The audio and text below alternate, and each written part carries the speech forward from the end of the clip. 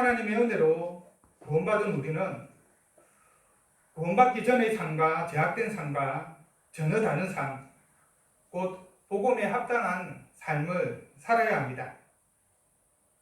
곧 모든 행실에 있어서 선하고 어렵고 거룩한 삶을 살아야만 하는 것이죠.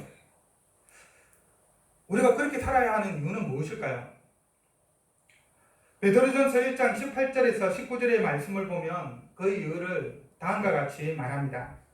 너희가 알거니와 너희 조상이 물려준 헛된 행실에서 대속함을 받은 것은 은이나 금같이 없어질 것으로 된 것이 아니요 오직 흠없고 점없는 어린 양 같은 그리스도의 보배로운 피로 된 것이니라. 그리고 계속해서 베드로전서 1장 23절에서 이렇게 말합니다. 너희가 거듭난 것은 썩어질 씨로 된 것이 아니요 썩지 아니할 씨로 된 것이니 살아있고 항상 있는 하나님의 말씀으로 되었느니라. 우리가 거듭난 자로 거룩한 삶을 살아야 하는 것은 바로 우리의 구원이 예수 그리스도의 보배로운 피와 살아있고 항상 있는 하나님의 말씀으로 되었기 때문입니다. 무엇보다도 가장 소중하고 귀중한 것에 의해서 우리가 새롭게 되었기 때문에 그에 합당한 삶의 모습이 우리 안에서 드러나야 한다는 것이죠. 우리는 거듭난 자, 곧 성도로서 우리의 모든 행실에서 거룩한 모습을 나타내야 합니다. 그러면 거룩한 삶을 사는 것은 구체적으로 어떤 것일까요? 사도 베드로는 2장 2절에서 하나님의 말씀을 받아 거듭난 자로 거룩한 삶을 사는 것을 구원에 이르도록 자라는 것으로 표현을 하고 있습니다. 우리의 구원은 과거, 현재, 미래의 관점에서 살펴볼 수가 있는데요. 구원을 과거의 관점에서 말할 때에는 신학적인 용어로 칭의라고 그렇게 말합니다. 칭의라고 하는 이 말 자체는 어렵다함을 낳는다 이런 뜻인데요. 이것은 과거 어느 한 시점 곧 예수 그리스도를 구주로 믿었던 때에 죄인에서 의인으로 신분이 바뀐 것을 의미하는 경우에 칭의라고 하는 표현을 사용합니다. 과거에 하나님을 믿고 예수님을 믿고 구원받고 난 이후 죄인에서 의인으로 그 신분이 바뀐 것을 두고 칭의라고 표현을 하죠.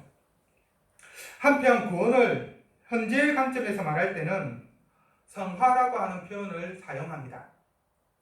성화는 거룩할 성자에 될 하자를 사용해서 거룩하게 되다라고 하는 뜻입니다. 이는 의인으로서 악한 행실을 버리고 선을 행하며 거룩한 삶을 사는 것을 의미합니다.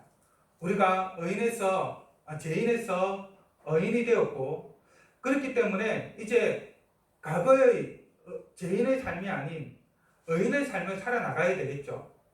그런데 우리는 이 땅에 살아가면서 여전히 악을 행하고 여러 가지 잘못을 행하게 되어 있습니다.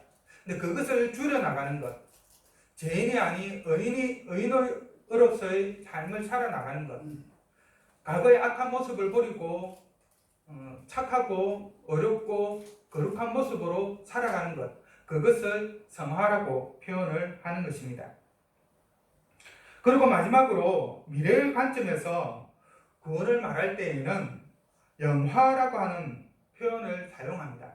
영화라고 하는 것은 영화로울 영자의 대화자입니다. 영화롭게 된다는 뜻인데 성화와 관련해서 본다면 우리는 이 땅에서 끊임없이 거룩하게 되기 위해서 노력하면서 살아가죠.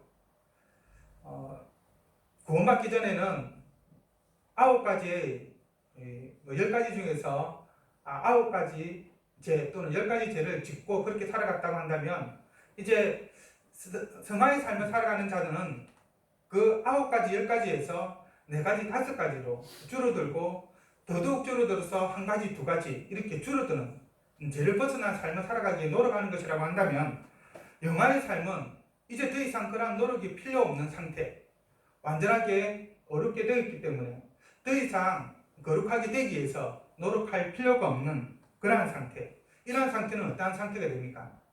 모든 행동에 있어서 어렵게 생활할 수밖에 없는, 거룩하게 생활할 수밖에 없는 그런 상황을 이야기하는 것이죠.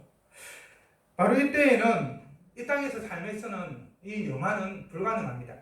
끊임없이 여전히 제가 그 영향력을 발휘하고 있기 때문에 그 영향 가운데에서 우리가 살아가고 있고, 근데 그 영향을 벗어나는 때가 바로 예수님께서 이 땅을 재림하셔서 심판하시고 우리를 구원하시는 그때, 바로 그때 우리는 더 이상 죄 가운데 살아가지 않고 더 이상 죄를 지을 생각조차 하지 않고 온전히 거룩한 가운데서 하나님을 찬양하면서 거룩하게 살아가게 되는데, 바로 그때를 두고 영화라고 표현을 하는 것입니다. 지금 사도 베드로가 구원에 이르도록 자라라 라고 이렇게 말할 때 염두에 두고 있는 것은 구원의 현재 개념인 성화입니다. 치기를 말하는 것이 아닙니다. 너희들은 아직 구원을 이루지 않았기 때문에, 아직 의인이 안 되었기 때문에 그 의인이 되기 위해서 열심히 노력해라, 그 말이 아닙니다. 영화로운 상태, 너희가 아직 영화로운 상태가 되지 않았기 때문에 영화가 되기 위해서 끊임없이 노력해라, 그 말이 아니라는 것이죠. 여기서 말하는 구원에 이르도록 자라라 라고 하는 이 표현은 현재의 삶에서 너희들이 의인이라고 하는 칭호를 받았기 때문에 그에 합당하게 이 죄악 가득한 이 세상 가운데에서 죄를 짓지 말고 어려운 삶을 살아가라, 그 어려운 삶을 살아가기 위해서 끊임없이 노력하라 라고 하는 표현으로 이해하시면 되겠습니다. 이것을 조금 더 쉽게 예를 들어 설명하면 악의 탄생을 예로 들어 볼 수가 있을 것입니다. 모든 사람이 인정하듯이 아기는 한번 태어나면 다시 태어날 수가 없죠. 딱 태어났는데 다시 어머니의 뱃속에 들어갈 수가 없지 않습니까? 태어난다고 하는 것은 칭의라고 이렇게 표현할 수 있겠습니다. 구원의 관점에서 보면 이미 아이로 태어났습니다. 그리고 이 아이는 이제 어떻게 돼야 될까요? 그 아기 상태에 계속 머물러 있어야 될까요? 아니죠. 엄마 이저절 먹고 이유식을 하고 또 음식을 먹어서 자라나가야 됩니다. 그렇게 자라지 못하면 그것은 뭐가 문제가 있는 것이죠. 성장해서 성인이 되어야만 하는 것입니다. 바로 그것이 구원의 관점에서 보면 성화라고 말할 수가 있는 것이죠. 아기가 시간이 지나면 몸과 정신이 성장하듯이 구원받은 자 역시 그러한 영적 성장을 이루어 나가야 되는 것입니다. 그것을 구원에 이르도록 자라라 라고 표현하고 있고, 한 단어로 표현하면 성화라고 말할 수 있는 것입니다. 여기서 보면 알 수 있듯이 칭의는 우리의 노력으로 이루어지는 것이 아닙니다. 아기가 자기 노력으로 엄마 뱃속에서 나올 수 있습니까? 아니죠. 하지만 성화는 노력을 해야 합니다. 노력을 하지 않으면 안 됩니다. 아기가 이 땅에 태어나서 자라기 위해서는 그래도 나름 노력을 해야 됩니다. 엄마 젖을 열심히 빨아야 되고 이유식도 해야 되고 충분한 음식을 먹고 또 그에 따른 운동도 하고 또 여러 가지 지식도 배워야 하는 것이죠. 성화가 그러합니다. 우리는 구원에 이르도록 자라야 하는 것이죠. 사도 베드로는 구원에 이르도록 자라기에 1절과 2절에서 모든 악독과 모든 기만과 외식과 시기와 모든 비방하는 말을 버리고 갓난 아기들 같이 순전하고 신령한 젖을 사모하라 라고 권면합니다. 여기서 모든 악독과 모든 기만과 외식과 시기와 모든 비방하는 말은 우리가 구원받기 전 옛 사람의 삶의 방식을 두고 한 표현입니다. 그 죄인이었을 때의 삶의 방식을 두고 한 말인 것이죠. 우리는 구원받기 전에 모든 죄를 지으면서 살아가고 있었습니다. 사람들이 보기에 아무리 선한 행위를 할지라도 하나님 보시기에 그것은 악한 것이었던 것이죠. 하지만 우리는 그리스도의 보배로운 피와 살아있고 항상 있는 하나님의 말씀으로 말미암아 그 이전에 제약된 삶을 벗어버리고 어렵게 됨으로 인하여서 거룩하게 되었습니다. 한마디로 말해서 다시 태어난 것이죠. 다시 태어났기 때문에 이전의 삶의 방식, 옛사람은 당연히 벗어버려야 하는 것입니다. 이제 이전과는 다른 새로운 삶의 모습이 보여야 하는 것이죠. 더러운 헌옷 위에 깨끗한 새 옷을 입지 않습니다. 여름날 바깥에서 일을 하거나 또는 운동을 하면은 땀을 흘리게 되죠. 그 땀을 흘리게 되면 옷이 땀으로 흠뻑 젖게 됩니다. 그런데 그런 상태에서 그 위에 새 옷을 걸쳐 입지 않죠. 반드시 그 땀으로 젖은 옷을 벗어버리고 때로는 샤워를 하기도 하고 아니면 충분히 땀을 다 말리고 난 이후에 새 옷을 입습니다. 만약에 그렇게 하지 않는다고 한다면 더러운 헌옷 위에 요즘 또 깨끗한 옷을 입게 된다고 한다면 오히려 깨끗한 옷이 더러운 새 옷에 버려지게 되는 것이죠. 입으나 마나한 것이 됩니다. 그래서 깨끗한 새 옷을 입기 위해서는 현재 입고 있는 더러운 옷을 반드시 벗어버려야 합니다. 마찬가지로 의인이라고 하는 깨끗한 새 옷을 입기 위해서는 죄인이라고 하는 더러운 헌옷을 벗어버려야 하는 것입니다. 모든 낙독과 모든 기만과 외식과 시기와 모든 비방하는 말로 대변되는 악한 행실을 버려야지 우리가 의인의 삶을, 진정한 의인의 삶을 살아갈 수가 있는 것입니다. 그것을 벗지 못한 상태에서 어려운 삶을 살아가면 어떻게 될까요? 그거는 이중적인 삶이 되는 것이죠. 여전히 악한 삶이고 더 큰 욕을 먹는 것입니다. 악한 습관과 못된 성격과 악한 성품을 버려야 합니다. 의인이 되었다고 한다면서 그 옛날에 못된 습관과 못된 성격, 악한 성품을 그대로 가지고 있다고 한다면 양의 탈을 쓴 늑대와 같이 의인이 아니라 여전히 악이 죄인이라고 말할 수 있을 것입니다. 더 악한 죄인이라고 말할 수 있는 것이죠. 이런 자에게 절대로 영적 성장이 일어나지 않습니다. 과거를 버리지 못한다면 영적 성장이 있을 수 없는 것입니다. 과거의 삶의 방식을 버렸다고 한다면 이제는 새로운 삶의 방식으로 나아가야만 합니다. 그것은 바로 갓난 아기들 같이 순전하고 신령한 젖을 사모하는 것입니다. 갓난 아기가 엄마 젖을 얼만큼 간절히 사모하는지 최근에 한 동영상을 보았는데 한 산부인과 병원에서 이 간호사들이 특별한 방법으로 아기들의 목을 이렇게 젖힌다고 한답니다. 보통 갓난 아기들은 태어나자마자 강보에 쌓여서 그냥 놓여져 있죠. 고개조차 스스로 힘으로 거의 움직이지 않는 상태로 있습니다. 그래서 오른쪽으로 기울어져 있으면 오른쪽으로 있고 왼쪽으로 있으면 왼쪽으로 있고 그렇게 되죠. 힘이 없기 때문에 이렇게 똑바로 누워 있지를 못합니다. 그런데 이 산부인과 병원에서는 이 아기들의 목을 움직이기 위해서 아주 특별한 방법을 사용하는데요. 바로 그것은 손수건에 엄마 젖을 묻혀서 이 코에 이렇게 다 갖다 대는 겁니다. 그래서 좌측에서 우측으로 다 옮기면은 이 냄새를 맡고 아기가 이렇게 고기 좌측에 있다가 이렇게 우측으로 돌아가는 것이었습니다. 그것을 통해서 이제 아기들 목을 튼튼하게 보통 보면 힘이 없어서 그 무거운 모기를 제대로 가누지 못하니까 빨리 가눌 수 있도록 그렇게 아기들 모읍 운동을 그런 방식으로 엄마의 모유를 이용해서 운동을 시키는 것을 보았습니다. 어떻게 보면 그만큼 이 아기들이 엄마 젖을 사모하고 있다는 것, 원하고 있다는 것을 단적으로 보여주고 있는 것이죠.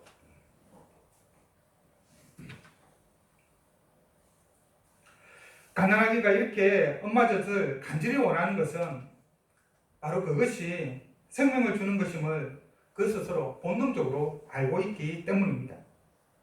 아기는 오직 젖을 먹어야만 합니다.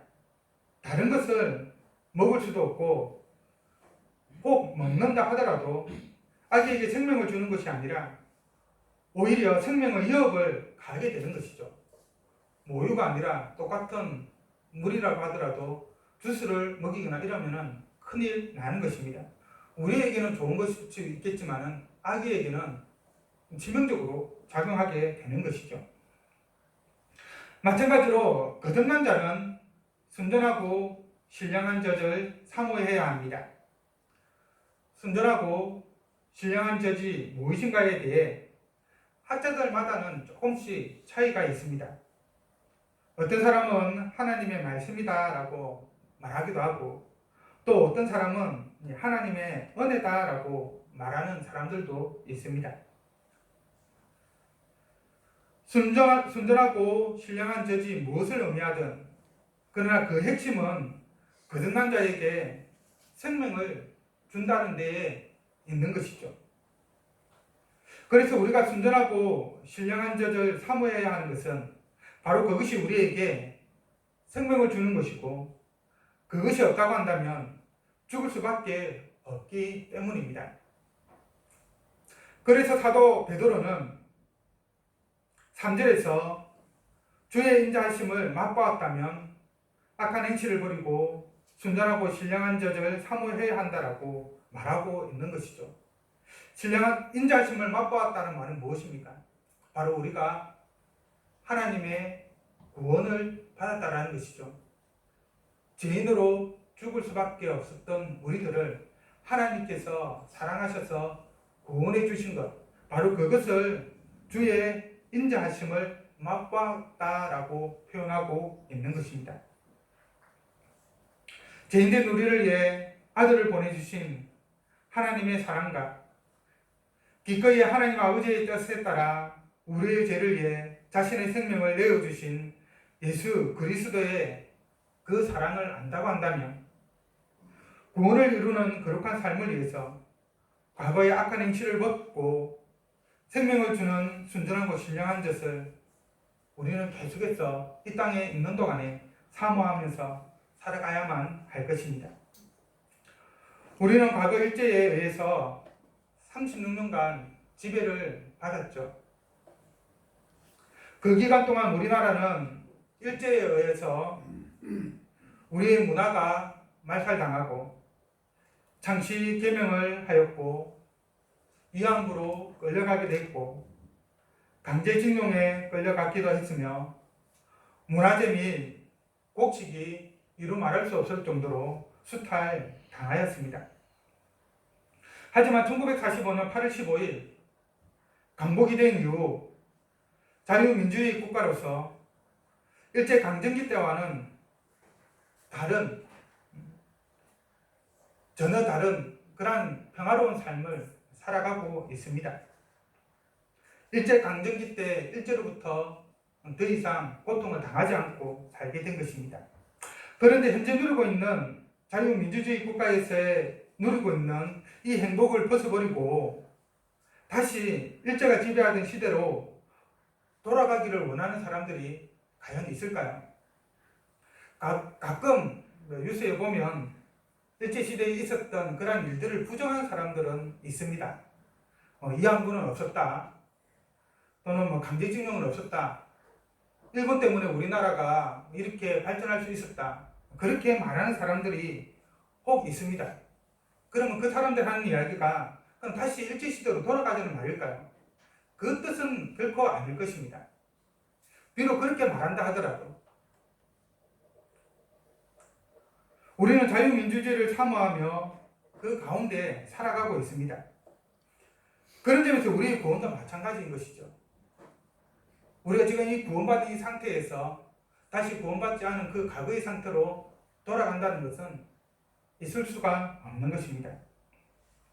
우리는 구원받기 전에 죄인이었고 죄와 사망의 종으로서 고통과 두려움 가운데 살고 있었습니다. 죄와 비참 가운데 살아가고 있었던 것이죠. 진정한 행복을 모르면서 살아가고 있었습니다. 하지만 예수 그리스도의 십자가 사역으로 인해서 우리는 죄와 사망으로부터 구원받고 의인이 되었습니다. 그리고 하나님이 주시는 평안과 행복 가운데 살아가고 있는 것이죠. 세상적으로는 여러 가지 힘들고 어려움을 당할 수는 있겠지만, 그러나 구원받은 자로서 하늘의 기쁨을 누리면서 하나님이 내려주시는 하늘의 복을 누리면서 우리는 살아가고 있습니다. 진정한 행복을 느끼면서 살아가고 있는 것이죠.